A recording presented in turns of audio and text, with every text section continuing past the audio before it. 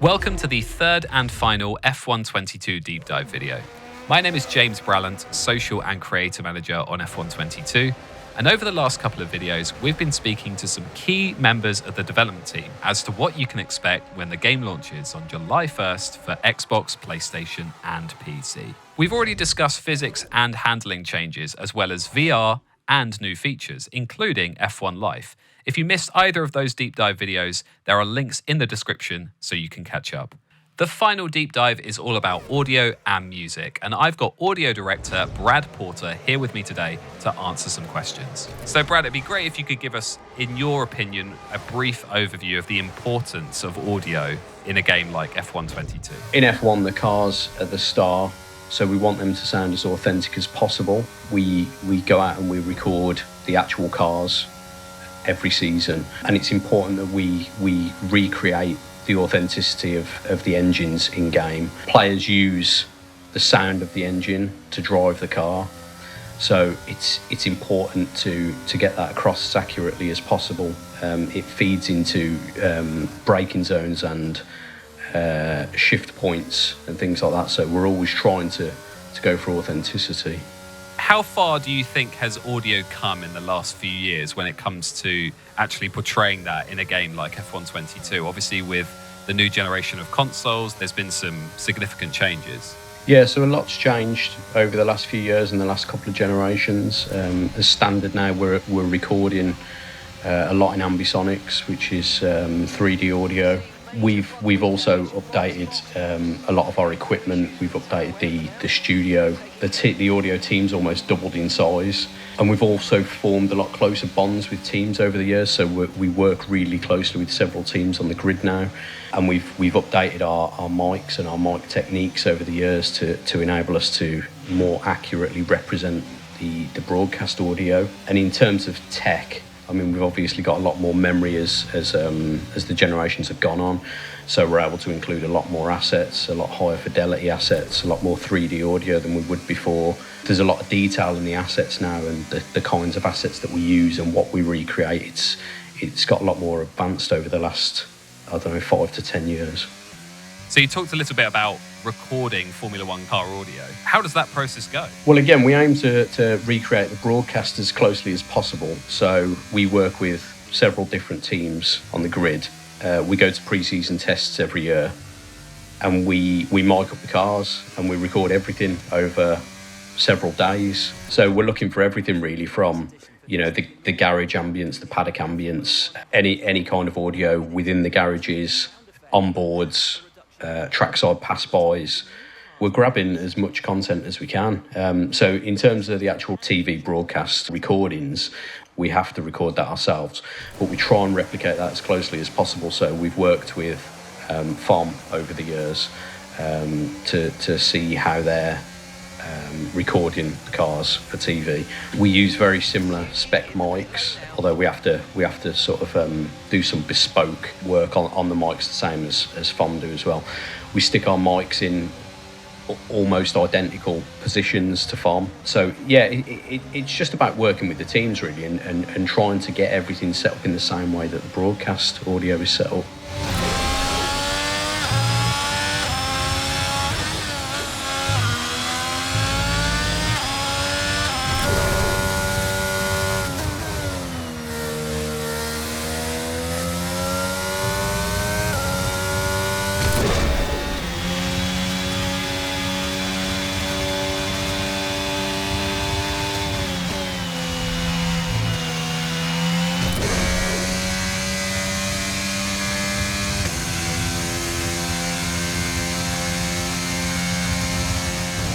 There are 3 new audio mixes that players can select in F122. What are these and how have they changed from previous years? Yeah, that's the cinematic broadcast and driver mixes. So we kind of started this work in the previous game, but we've expanded it a lot this year. So in 21, you were able to turn on an impulse response, which was basically, it modelled the inside of a driver's helmet. to more accurately reflect how a driver would hear the car. So we've built upon that this year by including it in its own mix, and with that we've been able to make certain changes. So not only are we just turning on this impulse response now, that we're actually mixing the game differently if you've got it on driver.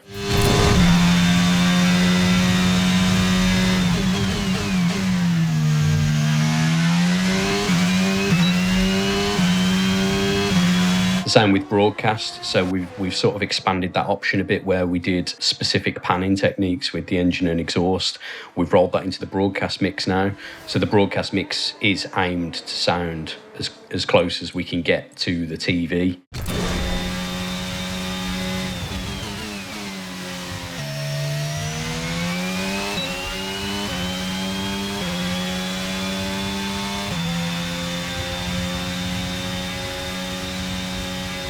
And then with cinematic, that's more of our classic mix, but we've expanded that out as well. So it's larger than life now. And again, because these are 3 bespoke mixes, we've been able to take a few liberties with cinematic. So you perhaps hear things you shouldn't normally hear on broadcast, or if you were a driver. So things like the crowd and the music and things like that would cut through a lot more than the other mixes.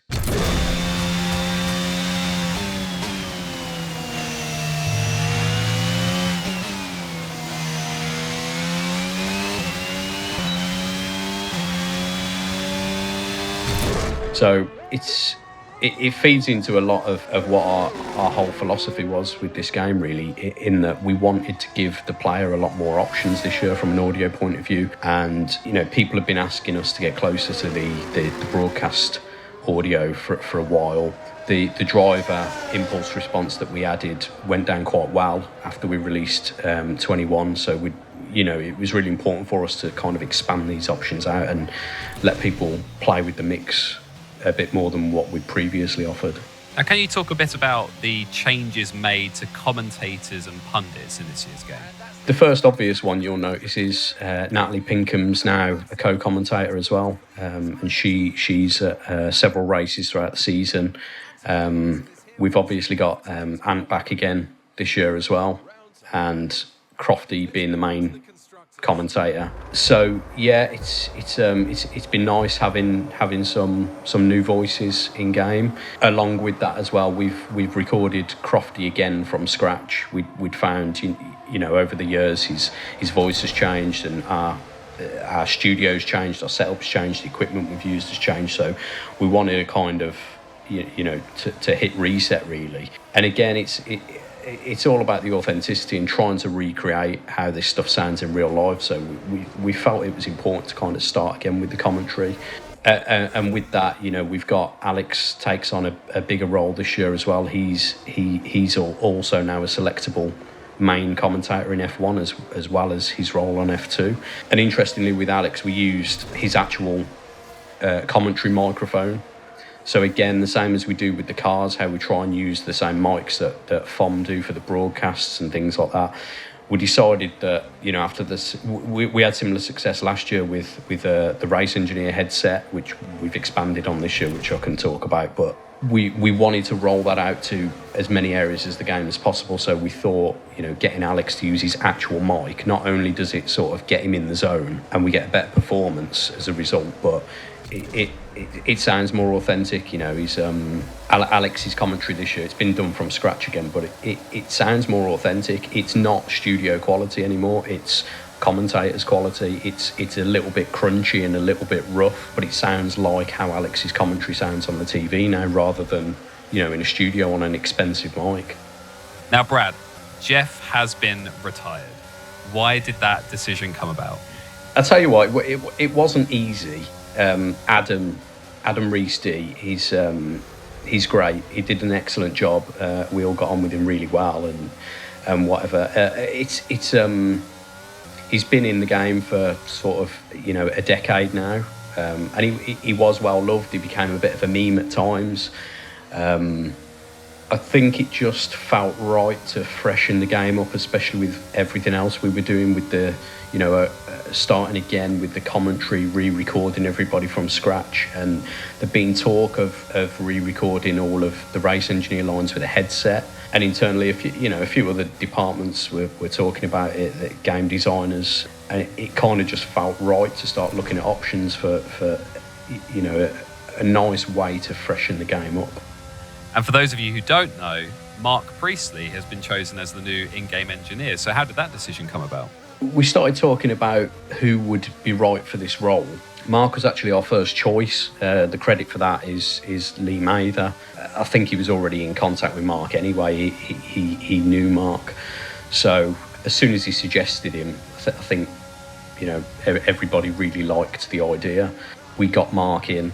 And yeah, it went from there really. We actually started off with to steal a bit of music parlance. We started off having a jam with Mark, so we got him into the studio just for a chat really, just to see how he felt about doing the role.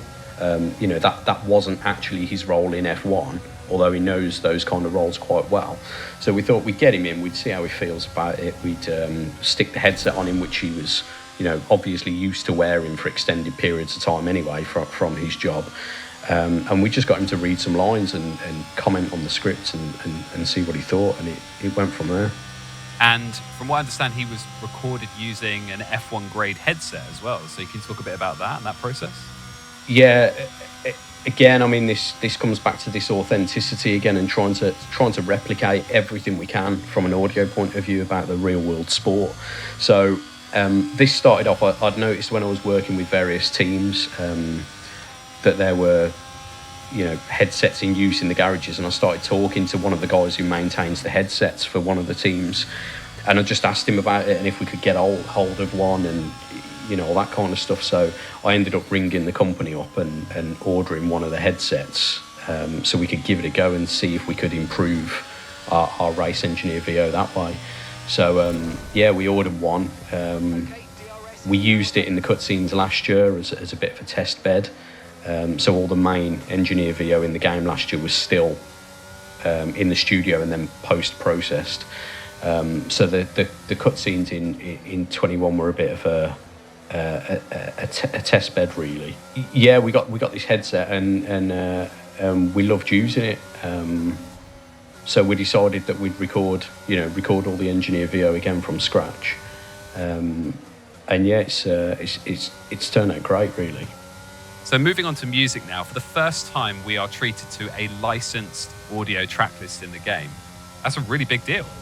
Yeah, it's it's obviously something a lot of EA Sports games already do, and actually the timing was just perfect because we get again a bit like some of the speech ideas that we'd had.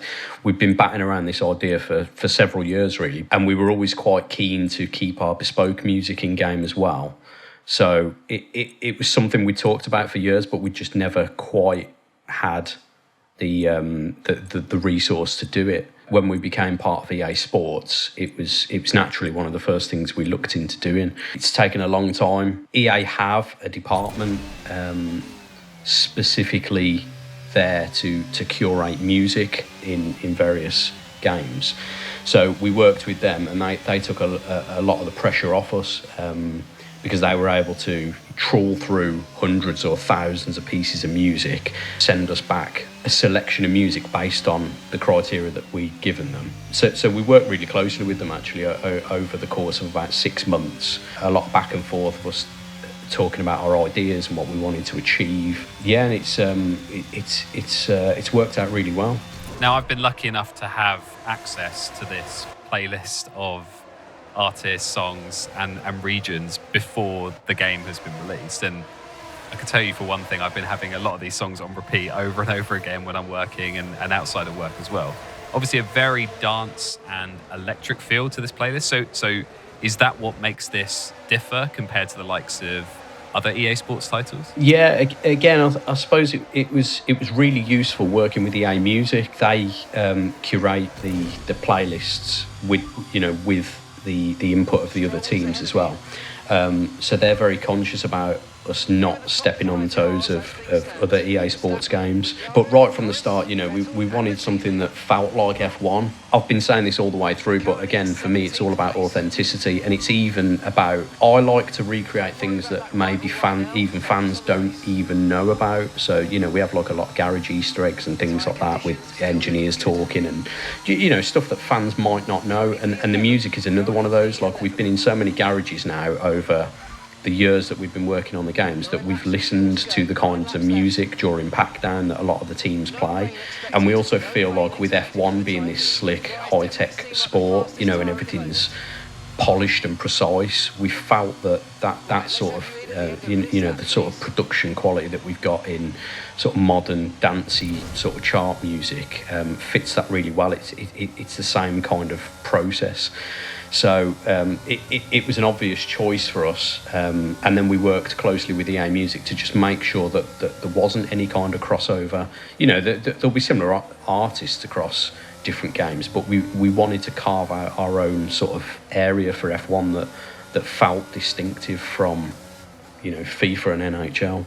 And how is music used in-game? Yeah, it's been fun. We've had to rip out the old system from a tech point of view and rebuild it, basically. We felt, as I mentioned, it was really important to keep the bespoke music in as well. So we've still got Ian and Mick Tech in the game this year with brand new pieces of music. And the way that the music is used now in game, it's instead of really being something more in the front end, it kind of weaves itself in and out of the game now. We felt we were able to do that easier with licensed music than we were with, Ian's more sort of classical approach or Mick Tech's ambient bed. It didn't, sometimes that style of music doesn't really feel like it fits in some areas of the game. With licensed music, we've got a lot more scope. For example, as well as the music being heard in the menus, we have music in the sort of career hub areas now, and you'll hear it when you're in sessions on some occasions. So, for example, in time trial, you'll hear the licensed music coming out the tannoy at certain points. As you're driving around the circuit, you'll be able to identify where the tannoy is because you'll be hearing the music come out of it. So there's a lot of different areas like that, and again, there's a lot of choice there this year. We were very conscious that there might be people who do prefer the old music. We're also very conscious of streamers as well. So it was important for us to be able to completely disable this music. So if you want to play the game with Ian and Mick Tech's music, and we've created some bespoke replay music as well, you can turn all that on. Whether it's because you like it or because you want to stream and you don't want, like a copyright strike, that feature's there. Or, you can enjoy the soundtrack, and, it feels like part of the world now, because as well as the front end, you'll transition into a session and then you'll hear it coming out the tannoy and stuff like that. So it's been really involved, but I think it's worked out really well. So other than what we've talked about so far, are there any other changes that you'd like to mention for players to keep an ear out for? Again, I think this year, like, one of our big goals was just flexibility and accessibility, really. We wanted to give players more options than what we've perhaps done in the past from an audio point of view. So you'll find that there's a lot more control now. Again, accessibility is something that we really want to start to push in our games, from not just from an audio side. I think it's happening from all areas in the game, really. But we've done a mono mix this year. For people with hearing difficulties. We felt that, we want everybody to be able to play and enjoy the game, and from an audio point of view, we want people to enjoy the game. So you can stick the mono mix on, and then we've also got a mono panner in there, which is a bit of a weird sentence, mono panner, but it will give you the ability to turn the mix mono and then pan it, steer it towards whichever side of the stereo field you want to. So if you're hard of hearing in one particular ear, you can bias the mix for a better experience, really. We've also done a lot this year with motion, which, it's strictly speaking, it doesn't seem like an audio feature. The entire motion system now, from a controller point of view, that's all handled by audio. So a lot of the way that the motion now works is through like audio WAVs. So we're taking advantage of the haptics on PS5. So you'll be able to feel more vibrations than you previously would have. For example, I suppose the most obvious thing we've done in game is if you drive on gravel on PS5, you'll be able to feel individual sort of lumps of gravel flicking up at the chassis. So that again, that was a lot of work. It's probably on the surface of things. It's not something you'd really associate with audio, or you might not notice massive differences first off. But it's a really nice new feature we've got in, and it's opened up the options, and you know, just how much we can take advantage of things like the DualSense. Fantastic. Well, thank you so much for joining us today, Brad, and to everyone watching at home as well. We are so close to the launch of F122, but you can still pre-order a copy of the Champions Edition for 3 days early access and some additional content too. But for everyone else, it's lights out on July 1st for Xbox, PlayStation, and PC. See you on the track.